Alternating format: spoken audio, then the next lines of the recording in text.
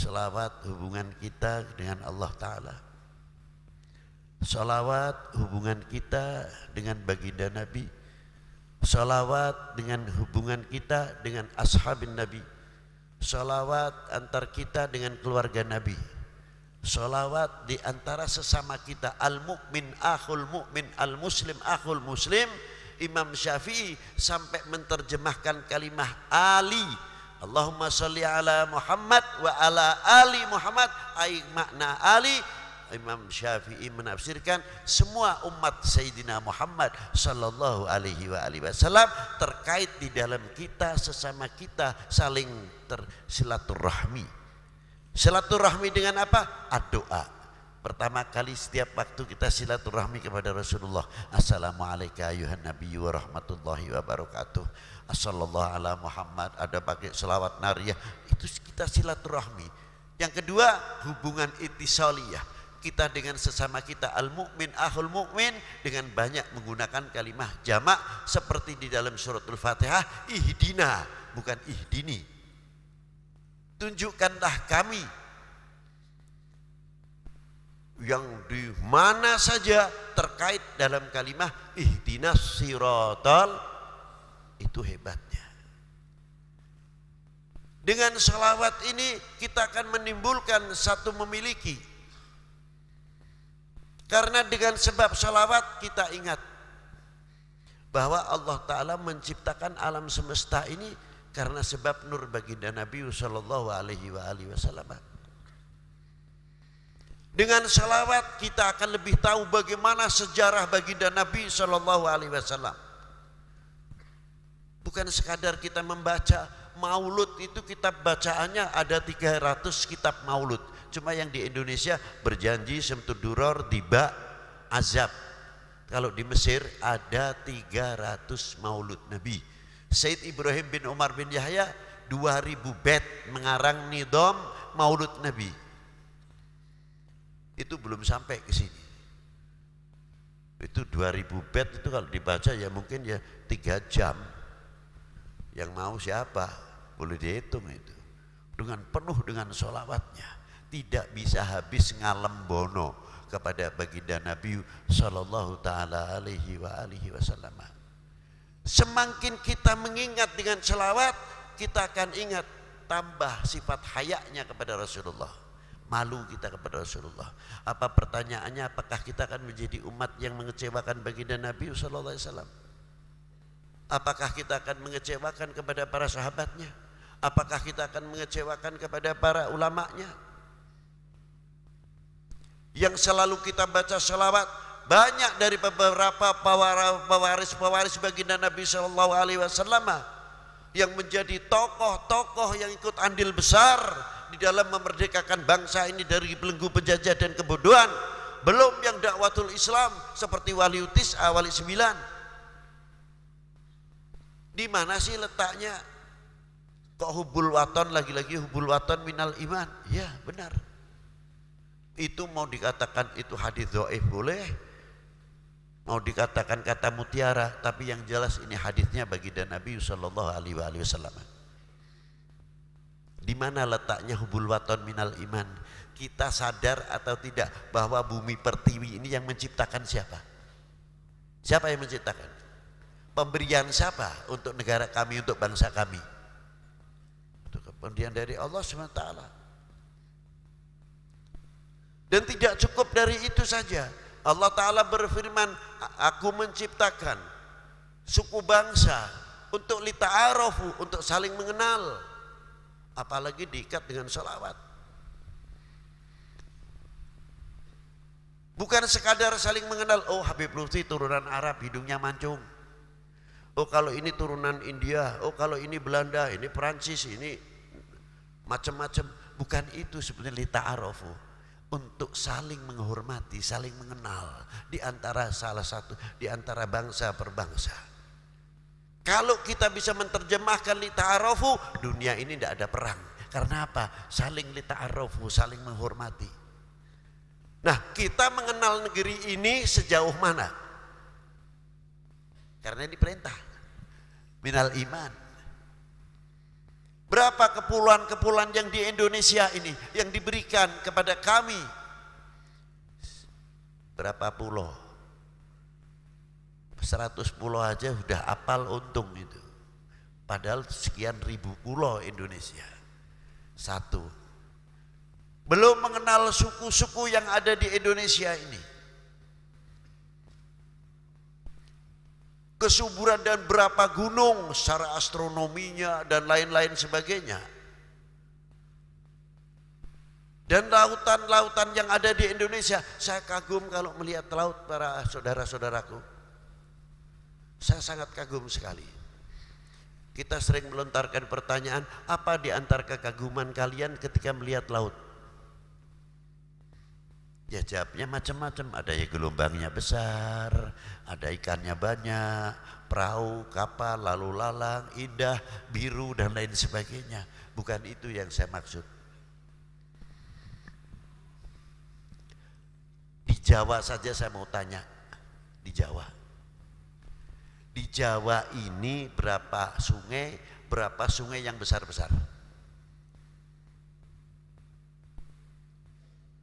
Semua mengalirnya 90% ke utara, bukan ke laut selatan. Belum kalau musim hujan, rendeng, berapa juta kubik per detik yang mengalir ke laut. Membawa limbah, membawa macam-macam. Tapi tidak ada yang bisa mampu mengotori laut. Sampai ke tengah tidak mampu. Ots, minggir semuanya. Dihempas oleh gelombang. Ayo, mau tidak mau, yang bangkai, yang limbah, apapun minggir. Di tengah-tengah tetap mesti biru bersih, luar biasa. Yang kedua, berapa per detik juta kubik dari sungai sampai ke anak sungai yang mengalir ke laut.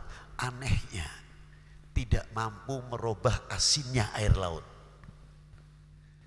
Banjir gede, njur lautnya melu asin, melu anyep kira-kira nih. Saya semenjak ini hidup ini belum pernah mendengar itu. Lautnya dadi anyep dadak margo banjir. Mungkin kalau adik-adik ini pernah dengar ya, wallahu a'lam. Pernah dengar. Tambah tetap asin. Jadi kalau saya pikir, saya juga malu sama laut. Laut saja mempunyai harga diri.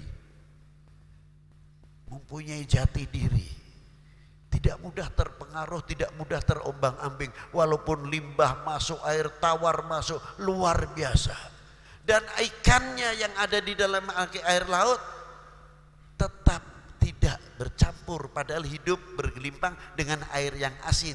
Tapi tidak terkontaminasi atau saling intervensi antara yang asin dengan ikannya. Ikan intervensi kepada air lautnya. Memaksa kamu harus ikut saya tawar. Tidak. Beli ikan laut dari pelabuhan, kalau logika ya udah usah dikasih garam lagi dong, sudah asin kok hidupnya, tapi kok mesti dikasih garam lagi. Jadi berarti ikan yang di laut tidak terkontaminasi dengan asinnya air, berarti mempunyai pendirian juga. Ini kalau saya bayangkan bangsa Indonesia itu kalau bisa begitu luar biasa indahnya. Si ikan berjalan dengan asiknya, dengan menurut sesuai seninya, dengan gelombang yang ada di dalam dunia pergelombangan, dunia perlautan, dan air asinnya pun luar biasa. Apalagi dikasih antibodi, dikasih vaksinasi, dikasih oleh Allah Ta'ala antibiotik, apa diantaranya pengaruhnya ultraviolet yang akan merusak air laut. Garamnya lautan itu yang menepis pantulan-pantulan ultraviolet yang luar biasa. Dan yang paling hebat lagi, ikannya itu bisa luar biasa di situ. Main dengan gelombang, dengan indahnya. Kalau kita melihat dunia musik orkestra, mungkin para mas-mas ini, musik itu ada susunannya, jangan dikira tidak.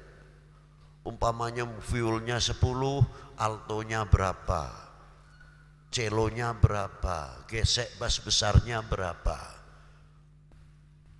Kalau musiknya violnya dames sebagai dinamonya 20, celonya berapa, itu ada peraturannya. Itu satu. Yang perlu dibantu lagi apa diantaranya? Flute, klarinet, sampai altonya klarinet, saksofon dan lain sebagainya, sampai tribola dan lain, trombola sebagai bostom dan sebagainya. Belum alat-alat organnya dan lainnya, timpani sampai drummernya, luar biasa. Dan rata-rata membaca notes balak dan tahu bagaimana suara 3/4, 4/4, bagaimana kodenya. Dan di situ ada titik-titik, ini suara viol, di sini letaknya suara viol, di sini letaknya gitar, dan di mana waktunya untuk demo sebagai musisi atau musikus. Jadi musik saja ada membaca, ada notnya sesuai gelombang. Luar biasa. Sesuai dengan komandannya, dirijennya. Tidak seenaknya sendiri, demo ini bagian gitar, wah seru-serunan nabuh gitar. Mungkin nabuh trompet seru-serunan, yang satu lagi nabuh saksofon seru-serunan. Itu tidak bocor not namine, apa karpe dhewe kabeh. Tapi kalau kita menyelami dalam dunia gelombang air laut, bagikan kita menikmati musik-musik Beethoven, Mantovani, Mozart, yang baru-baru ini punya Yani. Loh jadi kira nganggo kopiah putih ku ora cerita musik apa piye? Apa yang modern kowe tok wae. Ini luar biasa, ilmu kaya sekali. Saling terkait, saling berhubungan. Inilah keindahan. Maka kita katakan damai itu indah. Maka kita bercermin bagaimana Rasulullah menuntun, memberikan contoh mengapa lautan, seandainya lautan ini aku jadikan tintanya, tidak akan mampu menafsirkan Al-Quran. Di antaranya itu kita ambil tadi, bagaimana asinnya air laut tidak bisa dipengaruhi, dikontaminasi dengan air tawar, air bah yang masuk ke air laut. Ini satu contoh yang luar biasa. Nah, yang kita harapkan sekarang begini, sejauh mana kita memiliki dan mau mengenal apa yang ada dalam bangsa ini. Kita bertanya pada diri sendiri, sampai sejauh mana kita mengisi kemerdekaan ini. Kita andil merdekaan, ngangkat senjata belum pernah, ngangkat bambu runcing belum pernah. Andilnya sekarang apa? Bela bangsa, mengisi kemerdekaan. Itu yang kita tuntut bersama-sama, sehingga ketika kita menyebutkan NKRI harga mati, bukan basa-basi asal katut anet gebyuk ora weruh rembug. Nah, ini yang bahaya. Kewajiban kita semuanya. Ini masalah bukan masalah kecil. Karena apa? Melenturnya sekarang nasionalisme. Dan kelak yang akan bisa menjawab tantangan umat dan tantangan bangsa bukan kita-kita ini. Kita-kita ini sudah terpaut umur sudah. Walaupun panjang umur, fisiknya, pola pikirnya sudah berbeda. Tapi di pundak kalian lah yang akan bisa menjawab tantangan umat dan tantangan bangsa. Pertanyaannya, apakah kita-kita ini semua ini akan mengecewakan kepada para beliau atau tidak? Kita tidak perlu jawaban. Tidak, buktikan kalau tidak. Wassalamualaikum warahmatullahi wabarakatuh.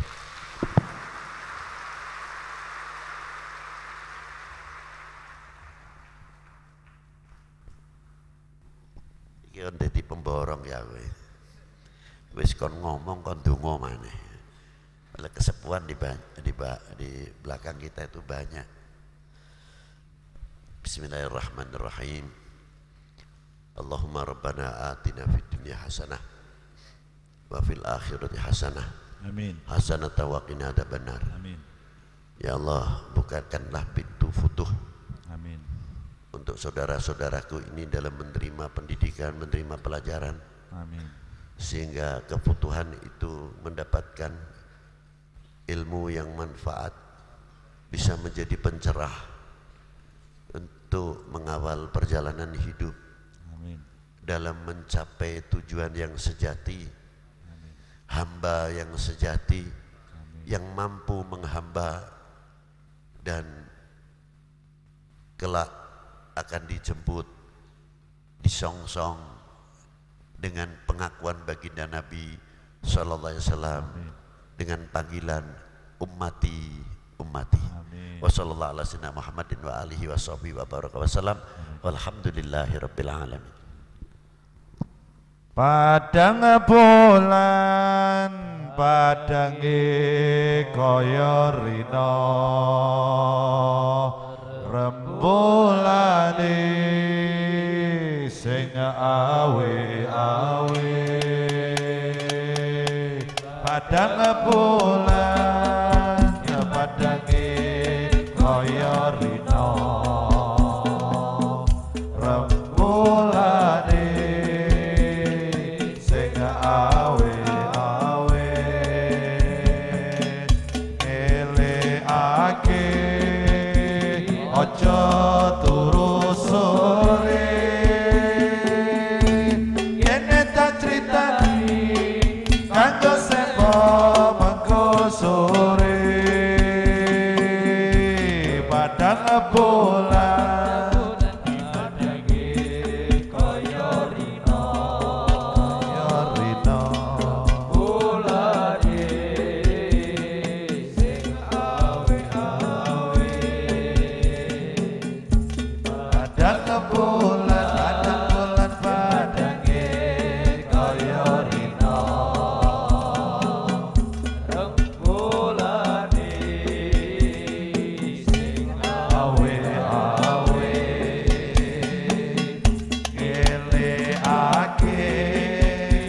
aja turu sore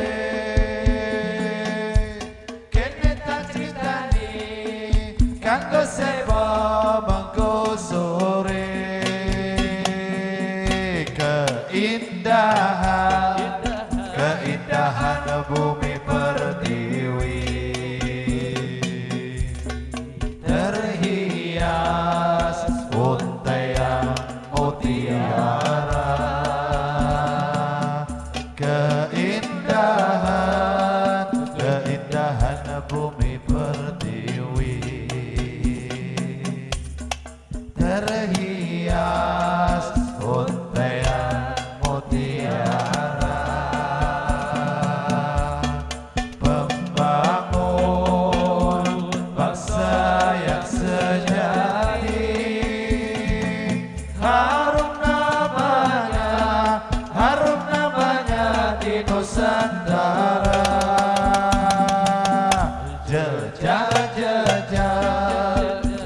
Jejak para pendahulu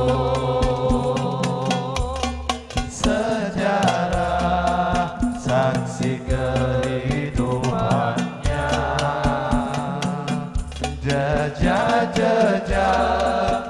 jejak para pendahulu sejarah saksi kehidupannya tersurat tersirat masa lalu jadi bekal penerusnya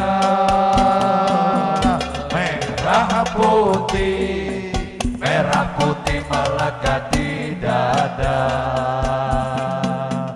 disinari pancaran imannya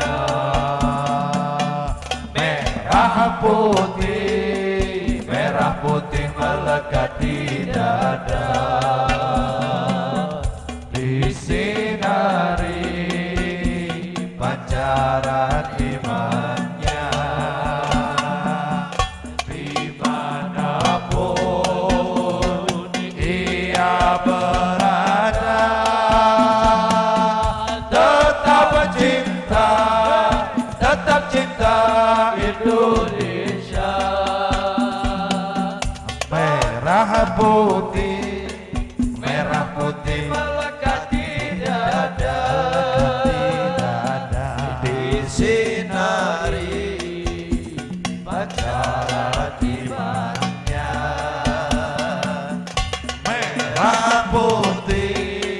merah putih melekat di dada disinari pancaran imannya